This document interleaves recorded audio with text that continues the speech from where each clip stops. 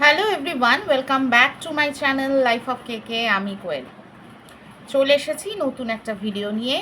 প্রথমেই ভিডিওর শুরুতেই সবাইকে বলবো হ্যাপি ইন্ডিপেন্ডেন্স ডে।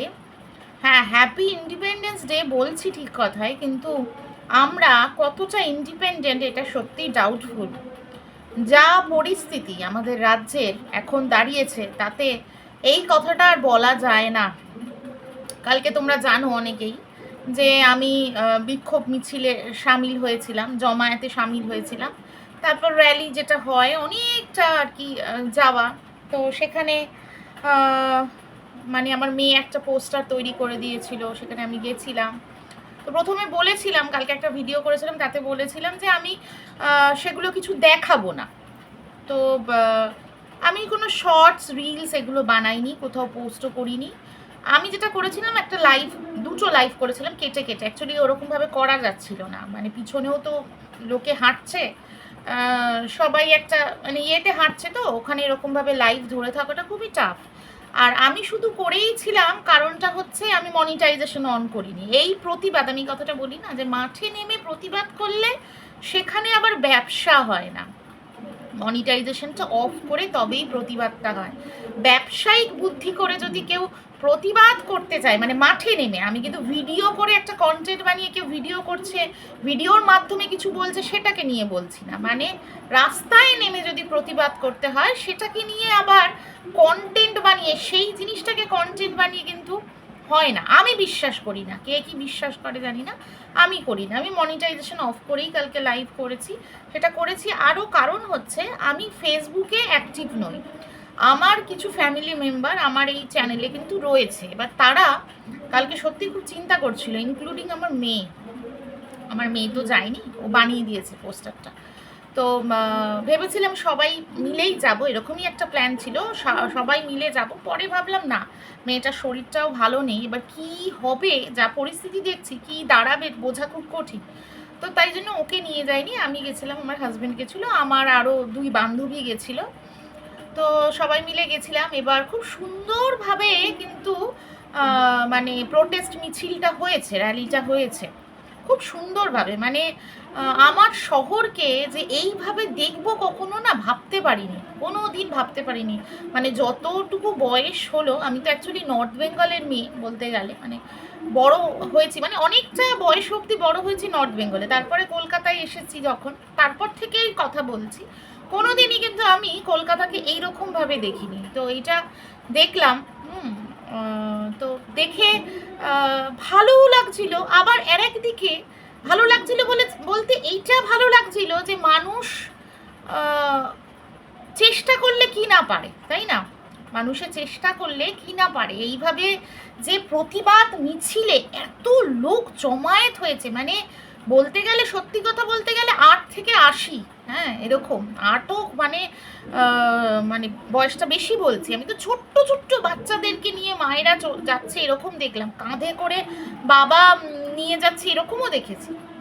হুম, সবে কথা ফুটেছে বাচ্চাদের, তারা ওই শুনে শুনে এরকম বলছে we want justice, we want justice, এরকমও দেখেছি আমি। এগুলো ভিডিও করিনি, ভিডিও করে পোস্ট করতে চাই না। তো এরকমভাবে বিক্ষোভটা যে দেখানো যায়, এইভাবেও যে প্রতিবাদ করা যায়, এইটা দেখে সত্যি খুব ভালো লাগছে। আবার ভীষণ দুঃখও হচ্ছে। কেন দুঃখ হচ্ছে? কারণ এই প্রতিবাদটা তো আমাদের করবার কথা ছিল না, তাই না? একটু বাইরে থেকে শব্দ আসতে পারে, অ্যাকচুয়ালি 15th অগস্টের ওই অনেক অনুষ্ঠান অনেক জায়গায় হচ্ছে, তো সেই আওয়াজটা আসছে। যাই হোক, এটা একটু কনসিডার করে নিও। তো যেটা বলছিলাম যে দুঃখজনকও, হ্যাঁ দুঃখজনক বলতে আমরা নাগরিক হিসাবে আমাদের প্রোটেকশনের জন্য, হ্যাঁ একটা মেয়ের ওপর যে অত্যাচার হয়েছে সেই কারণে, সেটার জাস্টিসের জন্য এবং আমাদের প্রোটেকশনের জন্য আমরা রাস্তায় নেমেছি, মানে দাবি করছি যে আমাদের প্রোটেকশন দিতে পারে হবে। মানে সত্যিই তো আমাদের সকলের প্রোটেকশন প্রয়োজন না? একটা মেয়ে যে ডিউটি করছিল, হ্যাঁ কর্মরত অবস্থায় একটা মেয়ের সাথে যদি এরকম মানে পাশবিক ঘটনা ঘটতে পারে, যা এখন একটার পর একটা তথ্য আসছে, মানে শিহরিত আমি শুনে। আমি একটু আগে কমিউনিটি পোস্টও দিয়েছিলাম, একটা খবরে যেটা এসছে ওই অডিওটা, আমার তো যেটা মনে হচ্ছে ভেতরের মানুষেরাই যারা নাম প্রকাশ করতে পারছে না তারা বিভিন্নভাবে না এই ভয়েস রেকর্ড বা ভয়েস ক্লিপস এইগুলো কিন্তু ছাড়ছে সোশ্যাল মিডিয়াকে ওয়াকিবহাল করবার জন্য, সোশ্যাল প্ল্যাটফর্মটাকে বা এই সংবাদ মাধ্যমদেরকে এই তথ্যগুলো তুলে দেওয়ার জন্য, ঠিক আছে? যেটা শুনলাম যে সেই মানে যেটা সন্দেহ ছিল অনেকেই জড়িত, আর পোস্টমর্টেম রিপোর্টও সেরকম বলছিল যে একজনের এটা কাজ নয়, তো অনেকে মিলেই করেছে। তো সেইটা শুনে মানে শিহরিত, তো সেটাই বলছি যে আজকে এই মেয়েটার মানে কর্মরত অবস্থায় এই ঘটনাটা ঘটেছে, যেটা মানে অফিসকে আমরা বলি কি সেকেন্ড হাউস, এটাই তো বলি, অনেক সময় তো বাড়ির থেকে বেশি ওখানে সময় কাটানো হয়। তো তার সেকেন্ড হাউসে এরকম ঘটনা ঘটেছে, আজ বাদে কাল আমাদের ঘরে ঢুকে এরকম ঘটনা ঘটতে পারে, আর হয়েওছে অনেক জায়গায় এরকম হয়েইছে, ঠিক আছে? তো সেই চিন্তা থেকেও কিন্তু আজকে সবাই নেমেছে রাস্তায়, সবার সিকিউরিটি মানে প্রয়োজন, সবাই ভয় পাচ্ছে যে কি সাংঘাতিক ব্যাপার, হ্যাঁ? আর এই টাইপের পাশবিক মনোভাব যারা রাখে না তারা কিন্তু একদিনে এই মনোভাবটা এসে গেছে বা এই মাথায় এই জিনিসটা ট্রিগার করেছে, একদিনে এরকম টাইপের ঘটনা ঘটিয়ে দিয়েছে তা নয়, এরা কিন্তু এরকমই, এদের দুটো হাত আছে, দুটো পা আছে, হ্যাঁ, ডিগ্রিও হয়তো আছে প্রচুর, কিন্তু এরা অ্যাকচুয়ালি পিশাচ, মানুষের মাঝেই কিন্তু মিশে রয়েছে, তাই না? তো এরকম পিশাচ যে কোথা থেকে কখন চলে আসতে পারে না বলা খুব কঠিন, বলা ভীষণ কঠিন। তো সত্যিই ভয় পাচ্ছি যে আমাদের সিকিউরিটিটা কোন জায়গায় দাঁড়িয়ে আছে, এবং ভয়টা আরও বেশি কেন হচ্ছে বলুন তো? সেটা হচ্ছে প্রথম থেকেই এই যে ঘটনাটাকে যেভাবে ধামাচাপা দেওয়ার চেষ্টা করা হয়েছে, সমানে যতই বলা হোক না কেন ষড়যন্ত্র, হ্যাঁ, এখন যে সরকার রয়েছেন তার বিরোধী পক্ষের ষড়যন্ত্র, সেটা কিন্তু নয়, এটা সাধারণ মানুষের কাছে না স্পষ্ট হয়ে যাচ্ছে। দেখুন, বিরোধী পক্ষ তো চাইবেই যে এই সরকার সরে যাক, হ্যাঁ, রাজনীতির জায়গা থেকে রাজনীতিবিদরা রাজনীতি করবে, কিন্তু প্রত্যেকটা জিনিস যদি মিলিয়ে দেখা যায় তাহলে কিন্তু বিরোধী পক্ষের ষড়যন্ত্র এটা যদি এখনের প্রেজেন্ট সরকার এই কথাটাও বলে তাহলেও কিন্তু স্পষ্ট এটাই তাদেরই ফেলিয়ারিটি, তাই না?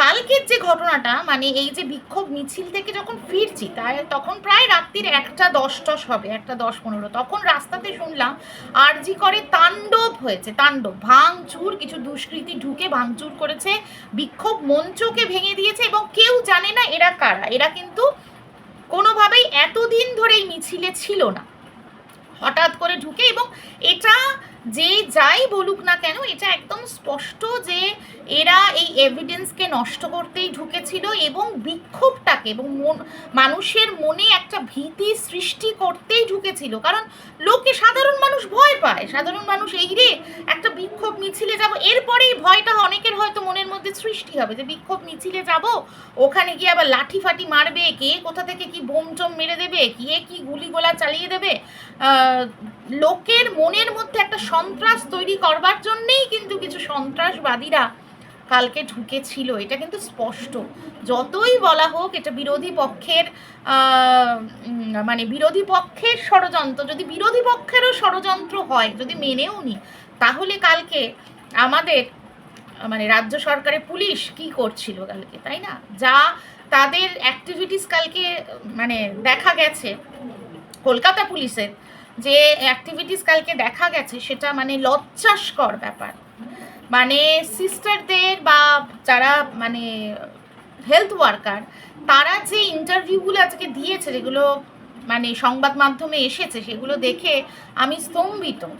মানে পুলিশই নাকি শেল্টার চেয়েছে সিস্টারের কাছে, যে আমাদেরকে শেল্টার দিন, আমাদেরকে বাঁচান। মানে কি কারণে? মানে পুলিশ কি তাদের নিজের কাজে পারদর্শী নয়? মানে এইটা একটা প্রশ্ন এসে যায়। বা তাদেরকে কি মানে এরকম কোনো ইনস্ট্রাকশন দেওয়া আছে যে আপনারা এদের এগেনস্টে কিছু করতে পারবেন না? আর নাকি সেই রকমভাবে ফোর্সই ছিল না? সেরকমভাবে তো ফোর্স ছিলই না, এটা তো স্পষ্ট বোঝা যায়। সেখানে হেলথ ওয়ার্কাররাই এই কথাটা বলেছে যে যেরকম প্রোটেকশন দেওয়া উচিত ছিল সেই প্রোটেকশন কিন্তু দেওয়া হয়নি। যেখানে একটি স্বঘোষিত বিক্ষোভ, কালকে বিক্ষোভ মিছিলের কথা বলা হয়েছে, একটা জমায়েতের কথা বলা হয়েছে, সেই হিসেবে কালকে প্রোটেকশন আরও বেশি দেওয়া উচিত ছিল, সেটা কিন্তু দেওয়া হয়নি। এবার যদি ধরে নেওয়া যায় যে কোনো রাজনৈতিক দিক থেকে কোনো বিরোধী পক্ষই এই কাজটা করেছে, তাহলেও তো সেই সরকারেরই ফেলিয়ারিটি। তারা সেটাকে আটকাতে পারেনি কেন? তাদের তো আটকানো উচিত ছিল। প্রশ্নটা এখানে, তারা কেন আটকাতে পারেনি? আজকে অনেক কিছু উঠছে, এত সালে এই হয়েছিল, অত সালে ওই হয়েছিল। আমরা এইসব উদাহরণ কেন দেখব? কেন দেখব? এই প্রেজেন্ট সিচুয়েশনে এখন আমরা অতীত টেনে এনে রাজনৈতিক তর্ক বিতর্ক তো করতে চাইছি না। আমরা তো ভরসা রেখেছিলাম, সরকারের ওপর ভরসা রেখেছিলাম, এই সিস্টেমের ওপর ভরসা রেখেছিলাম, এই পুলিশ বাহিনীর ওপর ভরসা রেখেছিলাম। তারপরেও একটার পর একটা বিতর্কিত ঘটনা কিন্তু ঘটে যাচ্ছে। সেই সেমিনার হলের পাশেই একটা রুম ভাঙা, আমরা কিন্তু এইটা শুনেছি বা দেখেছি, বা সিনেমাতেও কিন্তু এরকম দেখি যে কোনো একটা জায়গায় যদি এরকম টাইপের কিছু ঘটনা ঘটে থাকে, কোনো একটা ইনসিডেন্ট ঘটে থাকে, তাহলে সেই এরিয়াটা তার থেকে চুড়ে কিন্তু পুরো ব্যারিকেড দিয়ে ঘিরে দেওয়া হয়। সেখানে আর একটা কমন মানে প্যাসেজ দিয়ে বাইরের লোক মানে মিস্ত্রিরা ঢুকে কাজ করবে কেন? আমার তো এটাই একটা ধারণা। আমি কোনো ফরেনসিক্স এক্সপার্ট নই, তবু সাধারণ জ্ঞান থেকেই বলছি। যতটুকু আমি জানি যে সিবিআই যখন তদন্ত করতে আসবে তখন তো তারা সমস্ত কিছু দেখে, মানে হাতের ছাপ কার কার আছে, ফুটপ্রিন্টস কিছু পাওয়া যাবে কিনা। তো এতগুলো মানুষের যদি একটা জায়গা দিয়ে যাতায়াত থাকে, তাহলে সেখানে কি হ্যান্ড প্রিন্টস, ফুটপ্রিন্টস এগুলো পাওয়া সম্ভব? বা এই যে ভাঙা চোরা হলে যেটা হয়, একটা কমন সেন্স কি বলে, ভাঙা চোরা হলে পরে এই যে বালি সিমেন্ট এগুলো তো চতুর্দিকে ছিটিয়ে পড়বে, তাই না? তাহলে সেগুলো থেকেও তো একটা সমস্যা তৈরি হতে পারে। আর এখন তো যা তথ্য পাচ্ছি, মানে যেটা আমি কমিউনিটি তে শেয়ার করেছি, যে অডিওটা এখন ভাইরাল, ভয়েস রেকর্ডিংটা, সেখানে বলা হচ্ছে যে ওই যে জায়গাটা ভাঙা হয়েছে ওই জায়গাটা সংলগ্ন একটা বাথরুম আছে, যেই বাথরুমটার মধ্যেই আজকে মানে যাদেরকে নিয়ে কথা উঠেছে কিছু ডক্টর আর কি, তারা নাকি ওখানে গিয়ে হাত ফাত ধুয়েছিল মানে এই ঘটনাটা ঘটানোর পরে। এবার মানে ভাবো যে কি ভয়ঙ্কর ব্যাপার। আর কালকেও যারা এই দুষ্কৃতীরা নাকি যারা অ্যাটাক করেছিল, সেখানে একটা কনফিউশনের জন্য তারা নাকি মানে ওই সেমিনার হল অবধি পৌঁছাতে পারিনি, মানে ওই 3rd ফ্লোর আর বাংলায় 3 তলা, এই দুটোর মাঝে কনফিউশনের জন্য তারা সেমিনার হলে পৌঁছতে পারিনি। তাহলে কি ধরবো, কি ধরবো? এরা নাকি যখন থেকে ঢুকেছে তখন থেকে এরা মুখে বলেছে নাকি উই ওয়ান্ট জাস্টিস, মানে কনফিউজ করে দেওয়ার জন্য মানুষকে। তারা নাকি প্রথম থেকেই সিস্টারদেরকে নোংরা ইঙ্গিত করে, নোংরা কথা বলে ভয় দেখাবার চেষ্টা করেছে। তারপরে ডাক্তারদের নাম নিয়ে নিয়ে বলেছে এদেরকে মারা হবে, তারপর ভাঙচুর হবে, এই টাইপের কথা বলেছে। তাহলে তো বোঝাই যাচ্ছে যে বিক্ষোভটা করতে দেবে না বলেই কিন্তু আজকে এই পদক্ষেপ নিয়েছে, তাই না? তারপরে আজকে একটা জায়গায় ফেসবুকে আমি ফেসবুকে খুব একটা অ্যাক্টিভ নই, আমার হাজব্যান্ডই দেখায়। তো একটা জায়গায় দেখলাম যে কাল থেকে আমাদের রাজ্য সরকার অনেক মিটিং মিছিলের মানে শিডিউলের একটা বানিয়েছে এবং সেটা ডিক্লেয়ার করেছে। কালকে ওনারাও নাকি দাবি জানাবেন, হ্যাঁ, ধর্ষকের শাস্তির দাবি, কি হাস্যকর ব্যাপার না? তারপর এক একটা জায়গায় ধর্ণা, তারপরে মিছিল, মিটিং, এইগুলোর কিন্তু কাল থেকে শুরু, ঠিক আছে? তো এটাও আমার কাছে ক্লিয়ার হচ্ছে না যে এইটা কিসের, মানে কে কার কাছে দাবি করবে। আমাদের যেখানে মানে মুখ্যমন্ত্রী হচ্ছে পুলিশ মন্ত্রী, স্বাস্থ্যমন্ত্রী, তো সেই স্বাস্থ্যমন্ত্রী, পুলিশ মন্ত্রী, মুখ্যমন্ত্রী কার কাছে দাবিটা করছেন ধর্ষকের শাস্তির দাবি, এটাই আমার কাছে ক্লিয়ার হলো না। সেই দাবি নিয়ে, সেই আর্জি নিয়ে ওনারা কালকে থেকে মিছিল করবে, মানে পরপর পরপর কাল থেকে কিন্তু মিছিল, মিটিং, মানে সেই বিষয়টা কিন্তু ক্লিয়ার যে বিক্ষোভটা কিন্তু করতে দেওয়া যাবে না। মানে বিক্ষোভটা আস্তে আস্তে আস্তে আস্তে যদি বড় আকার ধারণ করে তাহলে কিন্তু খুব মুশকিল। মানে এই জন্যই বলছি না, ভীষণ দুঃখজনক। আর মনে হচ্ছে মানে কি করব আমরা, মানে এই ফিলিংসটা আসছে, একটা ইনসিকিউরিটি বলে না, একটা ইনসিকিউরিটি ফিলিংস এসে গেছে। মনে হচ্ছে যে আমার ঘরের মধ্যেই আমি সেফ, তো কি হবে যদি আমার সাথে এরকম কিছু হয়, কি করে বুঝবো বলুন তো। আজকে ওই রকম একটা জায়গায় মানে একটা প্রভাবশালী মানে কিছু প্রভাবশালী মানুষের হাত থাকার জন্যই তো এত কিছু, তাই না? যেটা জলের মতো স্বচ্ছ সেটাকেই জটিল বানানো হচ্ছে, বারবার একই জিনিস প্রেজেন্ট করা যে একটা মানুষই দায়ী, কিন্তু সেটা তো নয়, বোঝাই যাচ্ছে। তবু সেই জিনিসটাকে প্রেজেন্ট করা শুধু ওই প্রভাবশালী কিছু মানুষের হাত আছে বলে, অদৃশ্য হাত, যার জন্যই না প্রিন্সিপাল একটা জায়গা থেকে ইস্তফা দিয়ে আর একটা জায়গায় জয়েন করে যায়। তো কাল যদি আমার সাথে আমার ঘরে এরকম কিছু ঘটে, আবার কোন প্রভাবশালী মানুষের হাত থাকবে তাতে বোঝা কঠিন। হয়তো পুরো কেসটাই ধামাচাপা হয়ে যাবে না। অনেকেই আমাকে বলছিল যে এরকম করে র্যালি করলেই কি প্রতিবাদ হবে, কিছু হবে, আমি জানি না এরকম র্যালি করে প্রতিবাদ হবে কিনা, মানে বিচার হবে কিনা আমি জানি না, কিন্তু আমাদের কাছে তো আর কিছু করার নেই। কি করব বলুন, আমরা তো হাতে আইন নিয়ে কিছু করতে পারি না, তাই না? বা আমি তো সেরকম পাওয়ারফুল মানুষও নয় যাতে এই তদন্তটা মানে বেশ তৎপর করাতে পারবো, সেরকমও কিছু করতে পারবো না। তাহলে আমরা আমজনতার করবোটা কি? আমাদের এই প্রোটেস্টের রাস্তা ছাড়া কিন্তু আর গতি নেই, আমাদের কিন্তু জেগে উঠতেই হবে। হ্যাঁ, আজ বাদে কাল আমাদের সাথেও এই ঘটনা ঘটতে পারে, তাহলে আমি ঘরে বসে নিজেকে সেফ মনে করে হাতে হাত দিয়ে বসে তো কিছু করতে পারবো না। আমাদেরকে কিন্তু এই প্রতিবাদ মিছিলে নামতেই হবে এবং নিজের ভয়েস রেজ করতেই হবে, তাই না? আমি তো আবারও যাব শনিবার দিন আরজি করে, আবার যাব, আবার ওই ধর্ণা মিছিলে কিন্তু আমি সামিল দেব। তাতে কি হবে, কপালে কি আছে জানি না, যেরকম টাইপের ঘটনাগুলো ঘটছে আবার কপালে কি থাকবে জানি না। হ্যাঁ, লাঠির বাড়ি খাবো কি না, মাথা ফাটবে কি না, পা ভাঙবে কি না জানি না। যেরকম হামলা কালকে হয়েছে, মানে 1000-2000 লোক নাকি চলে এসেছে, আরও চলে আসতো। আর সেখানে পুলিশের যেরকম অ্যাক্টিভিটিস দেখলাম, তাতে মানে যখন তখন যা ইচ্ছে তাই হতে পারে। আর অদ্ভুত ব্যাপার, মানে কালকে কিছু কিছু মানে নিউজ চ্যানেলে একটা জিনিস দেখাচ্ছিল যে পুলিশ কালকে ব্রিজের ওপর দিয়ে ঠিক গরু তাড়ানোর মতো করে কিছু মানুষকে তাড়াচ্ছিল।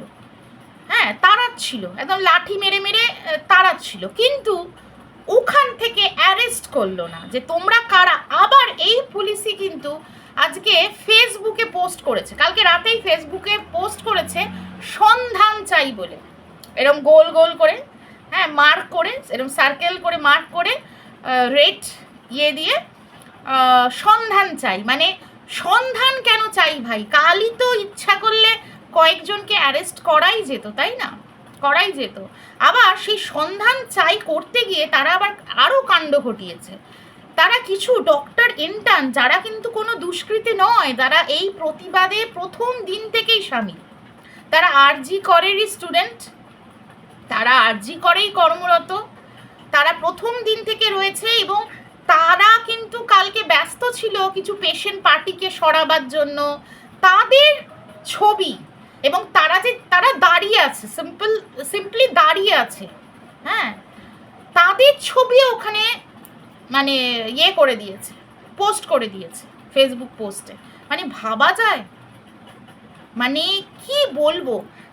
আমি বলছি না যে পুরো সিস্টেমটাই একদম বিকাও হয়ে গেছে বা পুরো সিস্টেমটাই খোকলা হয়ে গেছে, কারণ কালকে কিছু সংবাদ মাধ্যমে কয়েকজনের ইন্টারভিউ দেখছিলাম, তার মধ্যে কিছু পুলিশ বেশ ক্ষিপ্ত হয়ে কিন্তু কথা বলছিল যে এটা পুরো প্রি প্ল্যান্ড, এইভাবে বলেছে প্রি প্ল্যান্ড, এবং এই বিক্ষোভটাকে নষ্ট করা, পুলিশই বলেছে কিন্তু কালকে যে বিক্ষোভটাকে নষ্ট করে দেওয়ার জন্য কালকে প্রি প্ল্যান্ড ওয়েতে এই হামলাটা হয়েছে।